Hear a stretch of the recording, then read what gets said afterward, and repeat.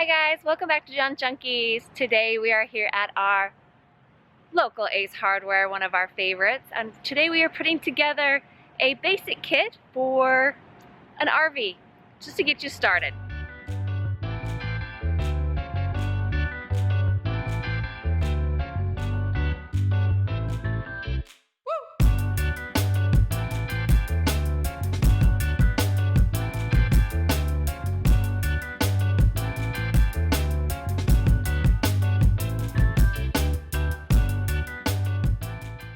With the next RV season coming up, we got thinking about how much it would cost to get an RV startup kit, basically.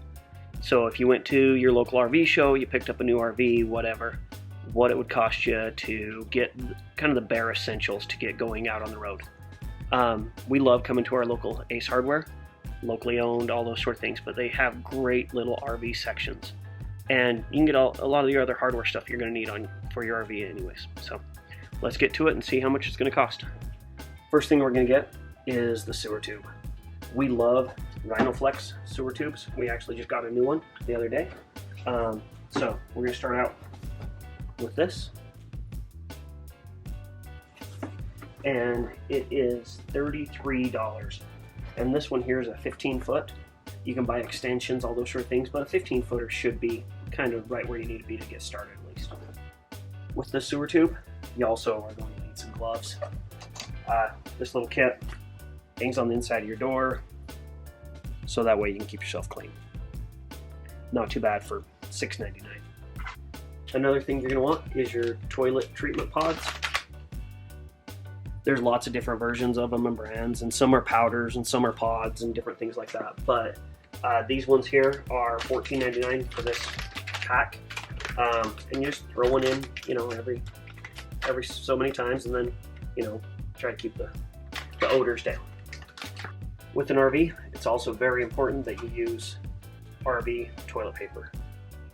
With the RV toilet paper, it breaks down in your system better, it's not going to clog, all those sort of things, or at least it's less likely to clog. So, some RV toilet paper. Alright, the next thing that you do need is a water-safe hose. Not a garden hose, but a water-safe hose. They're usually white with a blue stripe, so there's lots of different variations of them. So just choose whatever length you think you'll need. This one here is a 25 foot, so it should work for most rigs.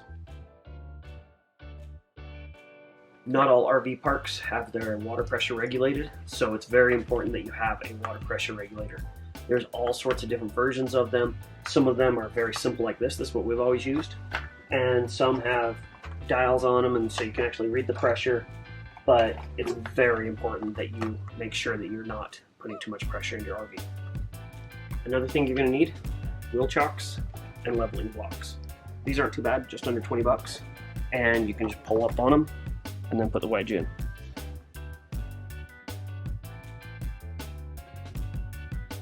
So another thing that's very useful is to get an extension cord. This one is a 50. It is a 50. It's an outdoor grade, heavy duty, so it's a nice hefty cord.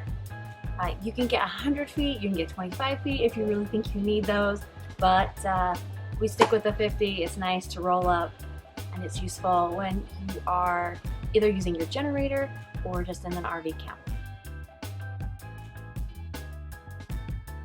Another thing you're going to want if your rig is not self-leveling is a good level. And there's lots of options. You don't need the giant, 4 or 5 foot long ones. Just these little ones seem to work pretty good.